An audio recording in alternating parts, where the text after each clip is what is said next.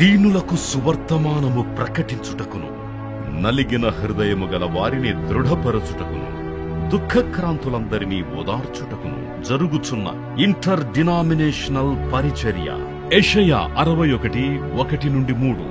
United peoples fellowship UPF ఆదివారము ఆరాధనలు. ప్రభాత ఆరాధన ఉదయం 6 గంటల నుండి ఉదయం 9 గంటల వరకు. సాయంకాల ఆరాధన సాయంత్రం 6 గంటల నుండి రాత్రి 9 గంటల వరకు. స్థలం Osmania garden function hall, జామై Osmania railway station ఎదురుగా, అడిక్మెట్, హైదరాబాద్. అందరూ ఆహ్వానితులే. ఆహ్వానించువారు ప్రభువు దాసురాలు జాయ్ చెరియన్ గారు, వ్యవస్థాపక అధ్యక్షురాలు మరియు సీనియర్ పాస్టర్ యూపీఎఫ్ హైదరాబాద్. వివరములకు 9550504718, 9030757571 నంబర్లను సంప్రదించగలరు.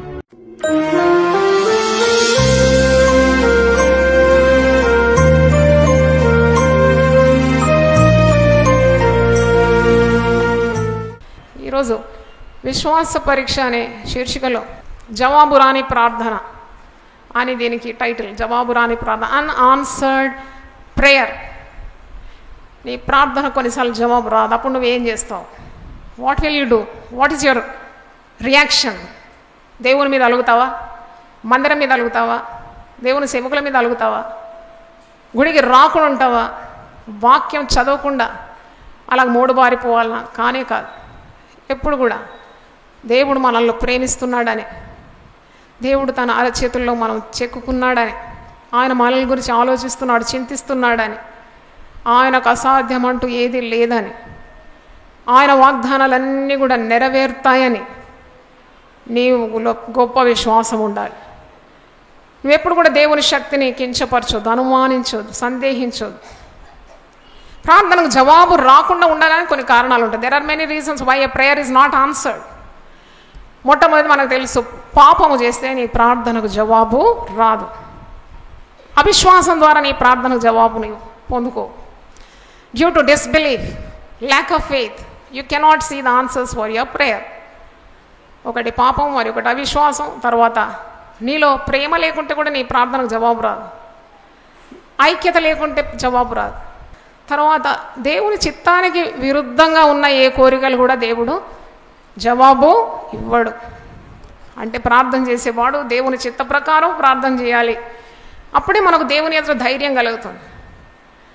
ఒకవేళ దేవుని చిత్తానికి విరుద్ధంగా ఉంటే ఆ ప్రార్థనకు నీకు జవాబు రాదు. పరిశుద్ధ గ్రంథంలో చాలామంది భక్తులు ప్రార్థన చేసినారు, జవాబు పొందుకోలేదు. There are many great servants of God, anointed people of God who prayed but they didn't receive a reply.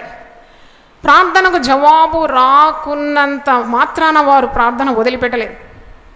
వారికి తెలుసు దేవుడు వారిని ప్రేమిస్తున్నాడు, దేవుడు గొప్ప ఉద్దేశాలు కలిగి ఉన్నాడు, దేవుని చిత్తము బహుగా ఉంది, గొప్పగా ఉంది. కాబట్టి వారు చేసే ఆ ప్రార్థనలకు దేవుడు జవాబు ఇవ్వలేదు.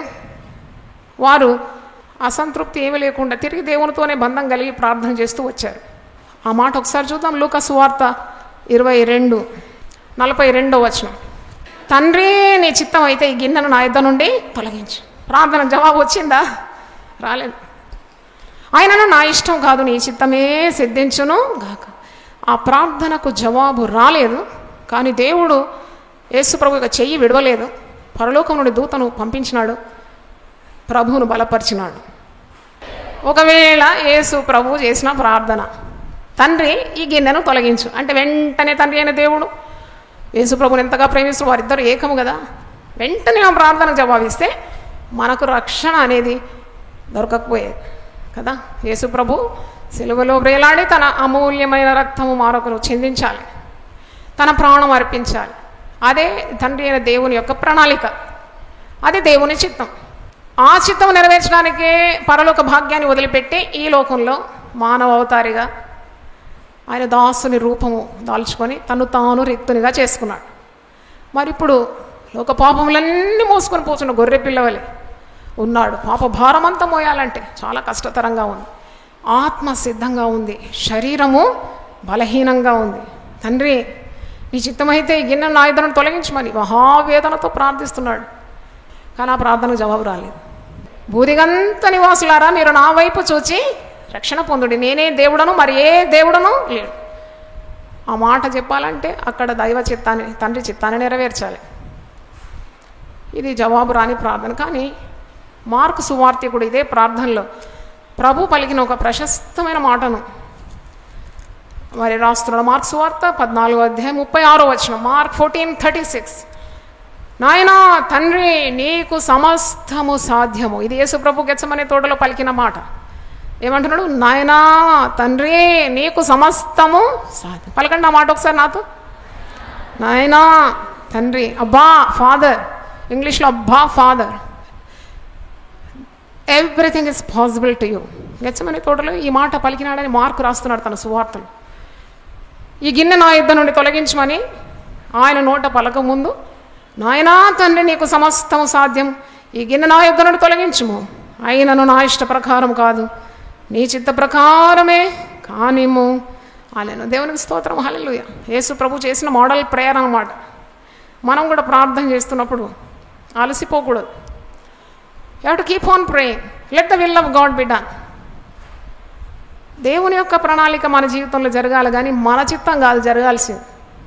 యాకోబు తన పత్రికలో ఏమంటున్నాడు చూడండి. యాకోబు పత్రిక 4వ అధ్యాయము, బుక్ ఆఫ్ జేమ్స్ 4:3 4:3. మీరు అడిగినను మీ భోగముల నిమిత్తము వినియోగించుటకై దురుద్దేశముతో అడుగుదురు కనుక మీకేమీ దొరుకుటలేదు. కొన్నిసార్లు మీరు అడుగుతారు, అడగనందున మీరు పొందడం లేదని అంటున్నాడు ఇక్కడ. మీరు ఏమీ అడగడం లేదు, మీరు అడగనందున మీకేమీ దొరకలేదు. కానీ ఒకవేళ మీరు అడిగినా కానీ మీరు దేవుని చిత్త ప్రకారం అడగడం లేదు. మీ భోగముల నిమిత్తం వినియోగించుటకై దురుద్దేశంతో అడుగుతారు కనుక మీకు ఏమీ దొరకట లేదు. క్రింది వరుసలో అంటున్నాడు, వ్యభిచారులారా ఈ లోక స్నేహము దేవునితో వైరమని మీరు ఎరగరా? కాబట్టి ఎవడు ఈ లోకంతో స్నేహం చేయకూడనో వాడు దేవునికి శత్రువు. దేవుని శత్రువు అయిపోయి లోకాన్ని స్నేహించి నువ్వేమో అడుగుతుంటే దేవుడు ఇస్తాడా? నువ్వు భోగముల నిమిత్తం, స్వార్థం నిమిత్తం అడుగుతున్నావు కాబట్టి అది నీకు లభించదు. నువ్వు ప్రార్థన చేస్తున్నప్పుడు తన చిత్తాన్ని దేవుడు నీకు బయలుపరుస్తాడు. God will reveal his will when you are constantly praying. హెబ్రీయులకు రాసిన పత్రిక 10వ అధ్యాయము 35వ వచనం చూడండి. కాబట్టి మీ ధైర్యమును విడిచిపెట్టకూడి దానికి ప్రతిఫలముగా గొప్ప బహుమానం కలుగును. మీరు దేవుని చిత్తము నెరవేర్చిన వారై వాగ్దానము పొందు నిమిత్తము మీకు ఓరిమి అవసరమై ఉన్నది. దేవుని వాగ్దానాలన్నీ స్వతంత్రించుకోవాలంటే చాలా సహనం కావాలి, ఓర్పు కావాలి. ప్రార్థన చేసినప్పుడు నీ జవాబు, ప్రార్థనకు జవాబు రాకుంటే నువ్వు అలసిపోకూడదు, విసుకకూడదు. దేవుని చిత్తాన్ని గమనించాలి. మోషే ప్రార్థన చేసినాడు. ఆయన 40 సంవత్సరాలు ఇశ్రాయేలు ప్రజలు మొండి ప్రజలను నడిపించినాడు నాయకుడిగా ఉండి. కానీ ఒక ప్రార్థనకు దేవుడు జవాబు ఇవ్వలేదు. మొట్టమొదటినే జవాబు ఇవ్వలేదు. నిర్గమకాండం 3వ అధ్యాయంలో చూసినప్పుడు మోషే దేవుని చేత ఏర్పాటై పిలువబడుతున్నాడు. 4వ అధ్యాయంలో వచ్చినప్పుడు నువ్వు వెళ్ళు, నా ప్రజలను నీవు ఐగుప్తు బానిసత్వం విడిపించమన్నప్పుడు, అయ్యో నేను మాట నేర్పరిని కాను, నాకు వాక్శక్తి లేదు, నాకు నోటి మాంద్యం ఉన్నది, నేను వెళ్ళలేను అని ప్రార్థిస్తున్నాడు. 10వ వచనం చూడండి. నేను వెళ్ళలేను. 10వ వచనం. అప్పుడు మోషే, ప్రభువా ఇంతకు మునుపైనను నీవు నీ దాసునితో మాట్లాడినప్పటి నుండి అయినా నేను మాట నేర్పరిని కాను, నేను నోటి మాంద్యము నాలుక మాంద్యము గలవాడని యెహోవాతో చెప్పగానే, సరే నీకు వాక్శక్తి లేదు కదా, నీకు నోటి మాంద్యం ఉన్నది కదా, నువ్వు మాట నేర్పరివి కాదు కదా, సరే తొందరగా నీ నాలుక నేను ఫిక్స్ చేసేస్తాను, టక్ టక్ మని నట్టు బోల్ట్ అంతా ఫిక్స్ చేసి మంచి వాక్శక్తి ఇచ్చి ఇప్పుడు వెళ్ళాను అనలేదే. మరి ఆ ప్రార్థనకు జవాబు రాలేదు. అదే నోటి మాంద్యంతో, అదే నేర్పరలేనంతనంతో దేవుడు ఆయన పిలిచినాడు. వెళ్ళమంటున్నాడు అంతే. వెళ్ళు, నీ నోటికి నేను తోడై ఉంటాను. హల్లెలూయా చెప్దామా ఒకసారి. 11వ వచనంలో జవాబు ఎలాగొచ్చిందో చూడండి. నాకు నాలుక మాంద్యం ఉంది, నా నోటి మాట లేదు, నాకు నేర్పరితనం లేదు, నేనే విధంగా లక్షలాది జనాన్ని బానిసత్వం నుండి విడిపిస్తాను అని ప్రార్థన చేసుకుంటే దానికి వచ్చిన జవాబు ఏంటి? 11వ వచనం. మానవునకు నోరిచ్చిన వాడేవాడు, మూగవాణి కానీ చెవిటివాణి కానీ దృష్టి గలవాణి కానీ గుడ్డివాణిగా నేమి పుట్టించిన వాడేవాడు? యెహోవానైనా నేనే కదా అలా పుట్టించింది. కాబట్టి వెళ్ళుము, నీవు ఏమి పలకవలసినది నీకు బోధించదని అతనితో చెప్పాను. దేవుని స్తోత్రం. ఈ ప్రార్థనకు జవాబు వచ్చినట్టేనా? వచ్చిందా జవాబు? ఎక్కడ వచ్చింది జవాబు? ఇక్కడ ద్వితీయోపదేశ కాండంలో మోషే గొప్ప నాయకుడు అయిపోయినాడు. దేవుడు మోషేకు తోడై ఉన్నాడు. మోషే గురించి సాక్ష్యం చెప్తున్నాడు, నా ఇల్లంతటిలో నమ్మకమైన వాడు, భూజనులందరిలో సాత్వికుడు, నేను ముఖాముఖిగా మోషేతో నేను మాట్లాడతాను. ఎంత గొప్ప మరి గొప్పగా మోషే గురించి దేవుడు అంటే విధేయుడైనాడు. దేవుని చిత్తానికి లొంగిపోయినప్పుడు దేవుడే అతని గురించి గొప్ప ప్రశంస పలికినట్టు మనం వాక్యంలో చూస్తున్నాం. చాలా ప్రార్థనలు మోషే చేసినాడు. మోషే ప్రార్థనలు ఉన్నాయి, చాలా ప్రార్థనలు మోషే చేసినాడు. చాలా మటుకు ప్రార్థనలకు దేవుడు జవాబు ఇచ్చినాడు. కొన్ని ప్రార్థనలకు దేవుడు జవాబు ఇవ్వలేదు. మీరు 106వ కీర్తన చూడండి, సామ్స్ 106. మోషే తిరుగుబాటు చేసే ఇశ్రాయేలు ప్రజల కొరకు ఎలా ప్రార్థన చేస్తున్నాడు. 106:23 వచనం, అప్పుడు ఆయన నేను వారిని నశింపజేసేదని నేను దేవుడు అంటున్నాడు, ఇశ్రాయేల్ ప్రజలను నశింపజేస్తాను. అయితే ఆయన వారిని నశింపజేయకుండానట్లు ఆయన కోపము చల్లార్చుటకై ఆయన ఏర్పరచుకొనిన మోషే ఆయన సన్నిధిని నిలిచి అడ్డుపడాను. హల్లెలూయా చూద్దాం ఒకసారి. హల్లెలూయా అంటే విజ్ఞాపన ప్రార్థన చేస్తున్నాడు. ప్రజలందరూ విగ్రహారాధన చేస్తున్నారు, పోత విగ్రహానికి వారు నమస్కరిస్తున్నారు. ఈ ప్రజలంతా నిమిషంలో నేను నశింపజేస్తానన్నప్పుడు దేవుడు ఏర్పరచుకున్న మోషే దేవుని సన్నిధిలో విజ్ఞాపన చేస్తున్నాడు, ప్రార్థన చేస్తున్నాడు. వారిని నశింపజేయొద్దని ప్రార్థన చేస్తున్నాడు. దేవుని సన్నిధిని నిలబడి ప్రజలకు దేవునికి మధ్యలో ఉండి ఆయన మొరపెడుతున్నాడు. దేవుడు ఆ ప్రార్థన విని వారిని నశింపజేయలేదు. ఇంకో ప్రార్థన మోషే చేస్తాడు, దేవుడు వినడు ఆ ప్రార్థన. ద్వితీయోపదేశకాండం 3వ అధ్యాయం చూడండి, చాలా చక్కగా ప్రార్థన చేస్తాడు. దేవుని చేత ఏర్పాటైన గొప్ప దైవజనుడు మోషే, గొప్ప నాయకుడు. దేవుడు చెప్పిందంతా చేసినాడు, కానీ ఒక దగ్గర అవిధేయత చూపెట్టినాడు. ఆ బండతో మాట్లాడమన్నప్పుడు బండను ఎన్నిసార్లు కొట్టినాడు? 2 సార్లు కొట్టేసినాడు.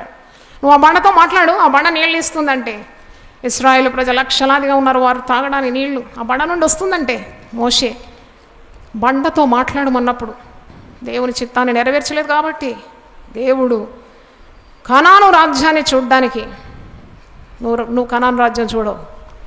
ద్వితీయోపదేశకాండం 3:23, మరియు ఆ కాలమున నేను యెహోవా ప్రభువా, నీ మహిమను నీ బాహుబలం నీ దాసుని కరపరచ మొదలుపెట్టి ఉన్నావు. ఆకాశం అందే గాని భూమి అందే గాని నీవు చేయు క్రియలను చేయగల దేవుడెవడు? నీవు చూపు పరాక్రమమును చూపగల దేవుడెవడు? నేను అద్దరికి వెళ్ళి యోర్దాను అద్దరున్న ఈ మంచి దేశమును మంచి వన్యమును ఆలిబానును చూసినట్లు దయచేయమని నేను యెహోవాను బ్రతిమాలు కొనగా ఏమని ప్రార్థిస్తున్నాడంటే, నేను కనాను దేశం చూస్తాను, I want to see the promise land. అద్దరిలో ఉన్న మరి లెబానోన్ను చూసినట్లు దయచేయమని నేను యెహోవాకు బ్రతిమాలు కొనగా.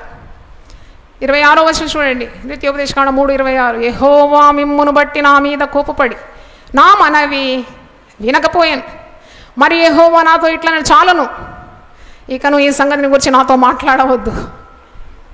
ఇదేంటండి, ఇంత గొప్ప నాయకుడు, నీవు ఈ యోర్దాన్ను దాటకూడదు కానీ నీవు పిస్గా కొండ ఎక్కి కన్నులు ఎత్తి పడమటి వైపును ఉత్తర వైపును దక్షిణ వైపును తూర్పు వైపును తేరి చూడు, అంతే. నువ్వు వాగ్దాన దేశంలో అడుగు పెట్టడం వీల్లేదు, ఎందుకంటే నీవు నా పరిశుద్ధతను సన్మానించలేదు, నన్ను అగౌరవపరిచినావు. అంతమంది ప్రజల ముందు బండతో మాట్లాడమంటే 2 సార్లు కొట్టినావు. కాబట్టి నువ్వు ప్రార్థన ఎంతగా చేసినా నేను వినా. నీవు వెళ్ళి పిస్గా పర్వతం మీద నిలబడి తూర్పు దక్షిణ ఉత్తరం పడమటి ఇవన్నీ నీ కళ్ళతో తేరి చూడాలి. ఆ ప్రామిస్ ల్యాండ్, ఆ వాగ్దాన దేశాన్ని నీ కళ్ళతో చూడు, అంతేగాని దాంట్లో అడుగు పెట్టడానికి నీకు సమ్మతి లేదు. అంటే ప్రార్థన చేసినాడు కానీ జవాబు పొందుకోలేదని మనకు అర్థమవుతుంది. అంటే మోషే ఆయన దేవుని వదిలిపెట్టినాడా? ఆయన బ్రతుక్కాలం అంతయు దేవుడు తోడుగా ఉండినాడు. మీరు ద్వితీయోపదేశకాండం 34 వస్తే దేవుని కృప ఆయన మీద ఎంతగా ఉండిందంటే, ఆయన ప్రార్థన మానలేదు, ఆయన దేవునితో ఉన్న సహవాసం మానలేదు. 7వ వచనం చూస్తే మోషేకి ఎంత ఆరోగ్యం ఇచ్చినాడు దేవుడు అంటే, మోషే చనిపోయినప్పుడు 120 సంవత్సరముల ఈడుగలవాడు, అతనికి దృష్టి మాంద్యము లేదు, అతని సత్తువ తగ్గలేదు. చప్పట్లు కొట్టి దేవుని స్తుతిద్దాం. హల్లెలూయా. 120 years he lived. He walked with God. అంత దేవునితో పెనవేసుకున్న బంధం. ఒక ప్రార్థన జవాబు ఇవ్వనంత మాత్రాన దేవునికి దూరమేం కాలేదు. దేవుని ప్రేమించిన వాడు, అందుకే 120 సంవత్సరాలు బ్రతికినాడు. శరీరంలో సత్వ తగ్గలేదంట.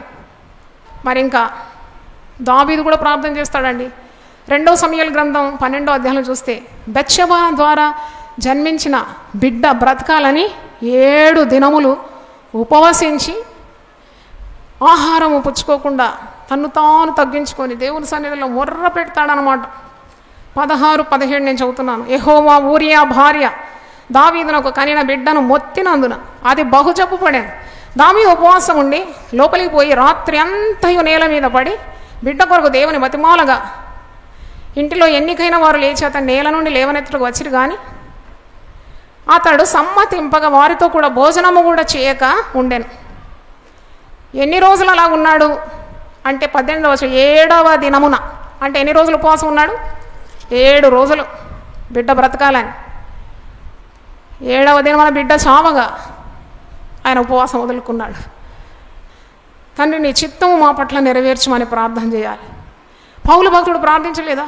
2 కొరింథీ 12వ అధ్యాయంలో మీరు చూస్తారు కదా, ప్రార్థన చేస్తాడు. ఆయన శరీరంలో ఒక ముళ్ళు ఉన్నది, ఆ ముళ్ళు పోవాలి, ఈ ముళ్ళు వద్దు, ఈ ముళ్ళు లేకుంటే నేను గొప్ప సేవ చేస్తాను అనుకున్నాడు. కానీ ముళ్ళుతోనే దేవుని సేవ చేయడం దేవుని చిత్తం. దేవుని స్తోత్రం. హల్లెలూయా. ముమ్మారు ప్రార్థన చేస్తాడు. 2 కొరింథీ 12వ అధ్యాయంలో ఆ ముళ్ళు ఏంటంటే బైబిల్ చరిత్రకారులు అంటారు కదా, మలేరియా జ్వరం తరచుగా ఆయనకు వచ్చేదాడు. కళ్ళు జబ్బు కళ్ళంట, ఎప్పుడు ఊసులు కట్టేదంట, వంకరపోయిన కాళ్ళంట, బట్ట తల, చూడ్డానికి కురిపి అపోస్తలుడైన పౌలు. మరి ఆయన ప్రసంగం చేస్తుంటేనే సొమ్మ వచ్చి పడిపోయేదాడు. చాలా శరీర రుగ్మతలతో దేవుని కార్యము, దేవుని చిత్తం నెరవేర్చినాడు. దేవునికి స్తోత్రం. హల్లెలూయా. ప్రత్యక్షతలు చాలా ఉన్నాయి. పారదైసుకు సహా ఆయన వెళ్ళినాడు. 3వ ఆకాశము చూసి వచ్చినవాడు. ఆయనకు ఆ వేళ ఆత్మలో గర్విస్తాడేమో అని దేవుడు ఆయనకు ఒక ముళ్ళు పెట్టినాడు అనమాట. ఆ ముళ్ళు తొలగించమని ప్రార్థిస్తున్నాడు. 7వ వచనం చూడండి, 2 కొరింథీ 12:7. నాకు కలిగిన ప్రత్యక్షతలు బహు విశేషంగా ఉన్నందున నేను అత్యధికంగా హెచ్చిపోకుండా నిమిత్తం నాకు శరీరంలో ఒక ముళ్ళు, నేను అత్యధికంగా హెచ్చిపోకుండా నిమిత్తం నన్ను నలగగొట్టుటకు సాతాను యొక్క దూత ఉంచబడాను. అది నా యొద్ద నుండి తొలగిపోవాలని దాని విషయం ముమ్మారు ప్రభువును వేడుకొంటిని. ఎన్నిసార్లు ప్రార్థన చేసినాడంట? 3 సార్లు చేసినాడంట. మనమైతే దినానికి 30 సార్లు చేస్తాం ముళ్ళు ఉంటే కదా. 3 సార్లు కాదు, 30 సార్లు చేస్తాం. తీసేయి ముళ్ళు, తీసేయి ముళ్ళు, ముళ్ళు తీసేయి, ముళ్ళు తీసి. పౌలు ముమ్మారు ప్రార్థన చేసినాడు, ఊరుకున్నాడు అంతే. అందుకు జవాబు ఏమొచ్చింది? నా కృప నీకు చాలు, my grace is sufficient for you. ఎంత మంచి జవాబు అండి. చప్పట్లు కొట్టి దేవుని స్తుతించండి. ముళ్ళు తీసేయమనగానే ఒకవేళ దేవుడే దిగొచ్చి లేక ఒక దూతను పంపించి అతనికి ఉన్న శరీర రుగ్మత అదే ముళ్ళు. కుటుంబంలో కూడా సమాధానం లేకుండిందని నేను ఒక చరిత్ర చదివినాను. అతని భార్య ఎప్పుడు కూడా అతని సేవలో వెంట రాలేదాడు. పేతురు భార్య ఎప్పుడు వెంట వెళ్ళేదాడు. పౌలుకు ఆ సంతోషం లేకుండింది. కుటుంబ సంతోషం, పిల్లలు కానీ భార్య కానీ వెంట ఉండి ఉన్నారంటే ఆ ప్రోత్సాహం లేకున్నా దేవుని చిత్తాన్ని నెరవేర్చడానికి ఎప్పుడూ వెనుక తీయలేదు. దేవునికి స్తోత్రం. హల్లెలూయా. అందుకే అపోస్తలుల్లో ప్రధానుడైనాడు. 14 లేఖనాలు రాసినాడు. ప్రభు కొరకు తన ప్రాణాలు అర్పించినాడు. ఎన్నెన్నో ఇబ్బందులు పడినాడు. మీరు 11వ అధ్యాయంలో మీరు చివరి భాగంలో చూస్తే పౌలు పడిన శ్రమలు ఉన్నాయి. 2 కొరింథీ 11వ అధ్యాయం చివరి భాగంలో చివరి పేరా చదవడం అనేకమైన శ్రమలు. కానీ దేవుని వదిలిపెట్టలేదు. ప్రార్థన చేసినాడు, జవాబు రాలేదు. జవాబు ఏమిచ్చింది? ముళ్ళు తొలగించడం కాదు. సంగమంతా పలకండి, ఏమొచ్చింది జవాబు? నా కృప నీకు చాలు, my grace is sufficient for you. ఎందుకు ముళ్ళు తీయలేదు? నా పేరట మీరు నన్ను ఏమడిగినా కానీ నేను చేస్తానని వాగ్దానం ఉంది కదా. మరి కొన్ని ప్రార్థనలకు ఎందుకు జవాబు రావడం లేదు? అప్పుడు నిరాశపడడానికి కాదు. చూడండి, దేవుని చిత్తం. పౌలు జీవితంలో ఒక ముళ్ళు తొలగించమని ప్రార్థన చేసినాడు. తన వంతు తన ప్రార్థన చేసినాడు. కానీ ఆ ముళ్ళు పోలేదు. ఆ ముళ్ళుతో పాటు దేవుడు ఏమిచ్చినాడు? దేవుని యొక్క కృపనిచ్చినాడు. ఎందుకు ముళ్ళు పెట్టినాడు? అది దేవుని జ్ఞానం. ఎందుకంటే పౌలుకు అనేకమైన ప్రత్యక్షతలు కలిగింది కాబట్టి ఒకవేళ ఆయన హెచ్చిపోతాడా? గర్విష్ఠుడైపోతాడేమో, అహంకారి అయిపోతాను, నన్ను మించిన వాడు లేడని అనుకుంటాడేమో. అందుకే ఒక ముళ్ళు పెట్టి ఆ ముళ్ళుతో పాటు దేవుడు కృపనిచ్చి దేవుని సేవలో అద్భుతంగా వాడుకున్నాడు. చప్పట్లు కొట్టి దేవుని స్తుతించండి. హల్లెలూయా. దేవుడు ఎలాగో నీ ప్రార్థనకు జవాబు ఇవ్వాలి అనేది తీర్మానించేది నీవు కాదు, నేను కాదు. You are not to decide how God is going to reply to your prayer. Just depend on the will of God for every prayer. నువ్వు ప్రార్థన చేసి దేవుని చిత్తానికి వదిలిపెట్టు. తప్పకుండా ఆయనకు ఒక సమయం ఉంది, ఆయనకు ఒక కాలం ఉంది. ఆ కాలంలో నీ ప్రార్థన జవాబు ఏ విధంగా వస్తుందో అది కూడా నీకు తెలియదు. But keep praying, don't lose the fellowship with God. దేవుడు నీ ప్రార్థనకు తప్పకుండా జవాబు ఏ రీతిగా ఇచ్చినా ఆ జవాబు తీసుకోవడానికి నీవు సిద్ధంగా ఉండాలని ఈరోజు మనం మరి నేర్చుకున్నాం. నీ ప్రార్థనకు జవాబు రాకుంటే నీ విశ్వాస త్యాగం చేయకూడదు, నీ విశ్వాసం వదిలిపెట్టకూడదు. పౌలు భక్తుడు ఏమంటున్నాడు? నేను మంచి పోరాటం పోరాడినాను, నా విశ్వాసమును నేనేం చేసినాను? కాపాడుకున్నాను. హల్లెలూయా చెప్పండి ఒకసారి. నా విశ్వాసాన్ని నేను నమ్ముకున్నాను, నా విశ్వాసాన్ని నేను పోగొట్టుకున్నాను, ఇక నేను విశ్వాసం వదులుకున్నాను. నాకు ముళ్ళు ఉండింది, ఆ ముళ్ళు దేవుడు తీయలేదు, ఆ శ్రమలతో నేను తల్లడిల్లిపోయినాను, నాకు దేవుడు దూరం అయిపోయినాడు అని ఎప్పుడు పలకలేదు. నాకు దేవుడు ఎప్పుడు సమీపంగా ఉన్నాడు. నాకు ముళ్ళు ఉన్నది, ఆ ముళ్ళుతో పాటు దేవుని కృప ఉన్నది, అమితమైన దేవుని కృప. అందుకే ఒక దగ్గర అంటాడు, నేను ఏమై ఉన్నానో అది కేవలము దేవుని కృప అయి ఉన్నది. హల్లెలూయా. ఆయన దేవుని ఎప్పుడు వదిలిపెట్టలేదు. ఆయన అంటున్నాడు, క్రీస్తు యేసు యొక్క అతి శ్రేష్టమైన జ్ఞానము నిమిత్తము నాకు కలిగినవన్నీ కూడా నేను పెంటతో సమానంగా ఎంచుకుంటున్నాను. How much he loved God. దావీదు కూడా దేవునికి హృదయానుసారుడుగా ఉన్నాడు. 7 దినాలు ఉపవాసం ఉంచి ప్రార్థన చేసిన బిడ్డ బతకలేదు, జవాబు రాలేదు ప్రార్థన. మోషేకు జవాబు రాలేదు ప్రార్థన. కనాను రాజ్యాన్ని నేను చూస్తాను, అయ్యా నువ్వు గొప్ప దేవుడు అయ్యా, సర్వాధికారివి, సర్వ సృష్టికర్తవు, ఆకాశాన్ని భూమిని సృష్టికర్తవు, నిన్ను మించిన వాడు ఇక్కడ లేడు. అంత పొగిడి ప్రార్థించినా చాలా అంటున్నాడు, అంతే స్టాప్. నీవు కనాన్లో అడుగు పెట్టవు, నువ్వు పిస్గా పర్వతం మీదకి ఎక్కి అన్ని దిక్కుల తేరి చూడు. కనాను దేశాన్ని కళ్ళతో చూడాలి కానీ నువ్వు పాదం పెట్టడానికి వీల్లేదు. He did not get a reply. తర్వాత పౌలు గురించి మనం చూసినాం, దావీదు గురించి చూసినాం, మోషే గురించి చూసినాం, యేసయ్య గురించి చూసినాం. ఇంకెవరికి కావాలి మనకు ఉదాహరణ? యేసు ప్రభువు కూడా ప్రార్థనకు జవాబు పొందుకోనని సమయం ఉంది కదా. తండ్రి నీ చిత్తం అయితే ఈ గిన్నెను తొలగించు, అయినా నా చిత్తం కాదు. అందుకే పౌలు అంటాడు, ప్రతి విషయం అందు నువ్వు దేవుని ఏం చేయాలంట? కృతజ్ఞతాస్తుతులు చెల్లించు. ఇలాగూ చేయుట క్రీస్తు యేసునందు మీ పట్ల దేవుని చిత్తమై ఉన్నదని 1 తెస్సలోని 5:17 ఉంది. Keep on pricing God. జవాబు వచ్చినా స్తోత్రం, జవాబు రాకున్నా స్తోత్రం. ఇక నువ్వు దేవుని బిడ్డవు. ఆయన సెలవు లేకుండా నీ తల వెంట్రుకల్లో ఒకటి కూడా నేలకు రాలదన్నాడు కదా. ఇంకా నీకు ఎందుకు భయము, ఎందుకు నీకు ఇక సందేహము? దేవుడు తన చిత్తాన్ని నీ జీవితంలో చేస్తున్నాడు. ఈ శ్రమ దేవుని చిత్త ప్రకారమే కలిగింది, ఆయన నీ మీద పని చేస్తున్నాడు అంతే అని నిన్ను నీవు సముదాయించుకొని, అసంతృప్తి తొలగించుకొని, విశ్వాసాన్ని కాపాడుకొని దేవుని సన్నిధిలో ఇంకా ఇంకా ప్రార్థన చేయాలి. భక్తులందరూ మన ముందున్నారు కదా. ఇంత గొప్ప సాక్షి సమూహము మేఘము వలె మనల్ని ఏం చేసింది? ఆవరించింది. అందుకే మనం ఈ సులువుగా చిక్కులు పెట్టు పాపము భారం ఇంత వదిలిపెట్టి విశ్వాసంలో కర్తయ్య దాన్ని కొనసాగించువాడైన యేసు వైపు నీవేం చేయాలి? చూచు పందెములో ఓపికతో పరిగెత్తాలని. హల్లెలూయా. కొన్నిసార్లు మన జీవితంలో నష్టం వస్తుంది. ఆ నష్టం ఎందుకు వచ్చింది? నేను ఇన్ని ప్రార్థనలు చేస్తే నాకు ఎందుకు నష్టం వచ్చింది? యోబు సమస్తము పోగొట్టుకున్నాడు కదా, కానీ సమస్తము 2 అంతలు సంపాదించుకున్నాడు కదా. దేవుని స్తోత్రం. దేవుడు నిన్న నేడు నిరంతరము ఏకరీతిగా ఉన్నాడు. మన విశ్వాసంలో స్థిరంగా ఉండాలి, ప్రార్థనలో పట్టుదలతో ఉండాలి, శ్రమయందు కూడా ఆనందించాలి, నిరీక్షణ కలిగి సంతోషించాలి. తలలు వంచండి, ప్రార్థన చేసుకుందాం.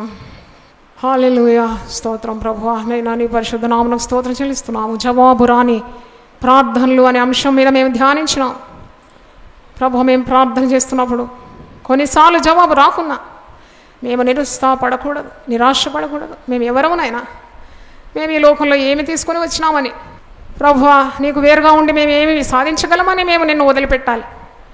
యోబు నిన్ను వదిలిపెట్టలేదు, మోషే నిన్ను వదిలిపెట్టలేదు, దావీదు నిన్ను వదిలిపెట్టలేదు. యేసు చేసిన ప్రార్థన కూడా నువ్వు అంగీకరించలేదు. అయినా నీ చిత్తమే చివరి క్షణం వరకు చేరుస్తున్నాడు. అవును ప్రభు, అట్టి పట్టుదల మాకు దయచేయండి. మా చిత్తంగా నీ చిత్తమే జరగాలి. కొన్నిసార్లు ముళ్ళు తొలగిపోవాలని ప్రార్థిస్తాం. ఆ ముళ్ళు ఉంటేనే మేము నీ మీద ఆనుకుంటాం నాయన. ఆ ముళ్ళు ఉంటేనే నీకు దగ్గరగా ఉండగలం. ఆ ముళ్ళు ఉంటేనే నీ ఆధారం మాకు కావాలని మేము కోరుకుంటాం. అవును ప్రభు, నువ్వు కీడు కొరకు ఏది చేయవు, మేలు కొరకే సమస్తము సమకూడి జరుగుతుంది నీ బిడ్డల పట్ల అని ఈరోజు మాతో మాట్లాడినావు నాయన. జవాబు రాని ప్రార్థనల కొరకు కూడా నిన్ను స్తుతించడానికి మంచి మనసు దయచేయమని, నిరాశ నిస్పృహలు తొలగించి గొప్ప విజయం వారి జీవితంలో మీరు దయచేయమని యేసు నామములో అడిగి వేడుకుంటున్నాం తండ్రి. ఆమేన్. హల్లెలూయా, హల్లెలూయా. దేవుడు మనల్ని సమృద్ధిగా దీవించును గాక. దీనులకు సువర్తమానము ప్రకటించుటకును, నలిగిన హృదయము గల వారిని దృఢపరచుటకును, దుఃఖక్రాంతులందరినీ ఓదార్చుటకును జరుగుచున్న ఇంటర్ డినామినేషనల్ పరిచర్య. యెషయా 61:1-3. యునైటెడ్ పీపుల్స్ ఫెలోషిప్ యూపీఎఫ్ ఆదివారము ఆరాధనలు. ప్రభాత ఆరాధన ఉదయం 6 గంటల నుండి ఉదయం 9 గంటల వరకు. సాయంకాల ఆరాధన సాయంత్రం 6 గంటల నుండి రాత్రి 9 గంటల వరకు. స్థలం Osmania garden function hall, జామై Osmania railway station ఎదురుగా, అడిక్మెట్, హైదరాబాద్. అందరూ ఆహ్వానితులే. ఆహ్వానించువారు ప్రభువు దాసురాలు జాయ్ చెరియన్ గారు, వ్యవస్థాపక అధ్యక్షురాలు మరియు సీనియర్ పాస్టర్ యూపీఎఫ్ హైదరాబాద్. వివరములకు 9550504718, 9030757571 నంబర్లను సంప్రదించగలరు.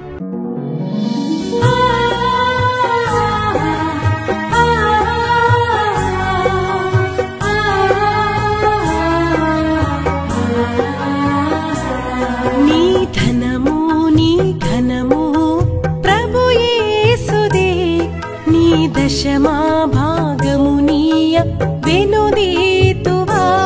నీ ధనము నీ ఘనము ప్రభు యేసుదే, నీ దశమా భాగము నీయ వెనుదీతువా. ధరలోన ధనధాన్యములనీయగా కరుణించి కాపాడి రక్షింపగా. ధరలోన ధనధాన్యములనీయగా కరుణించి కాపాడి రక్షింపగా. పరలోకనాదుండు నీకీయగా మరి యేసు కొరకీయ వెనుదీతువా. పరలోకనాదుండు నీకీయగా మరి యేసు కొరకీయ వెనుదీతువా. నీ ధనము నీ ఘనము ప్రభు యేసుదే, నీ దశమా భాగము నీయ వెనుదీతువా. పాడి పంటలు ప్రభువు నీకీయగా కూడు గుట్టలు నీకు దయచేయగా. పాడి పంటలు ప్రభువు నీకీయగా కూడు గుట్టలు నీకు దయచేయగా. వీడంగ ప్రభు యేసు నామంబును గడువేల ప్రభుకీయను క్రైస్తవా. వేడంగ ప్రభు యేసు నామంబును గడువేల ప్రభుకీయను క్రైస్తవా. నీ ధనము నీ ఘనము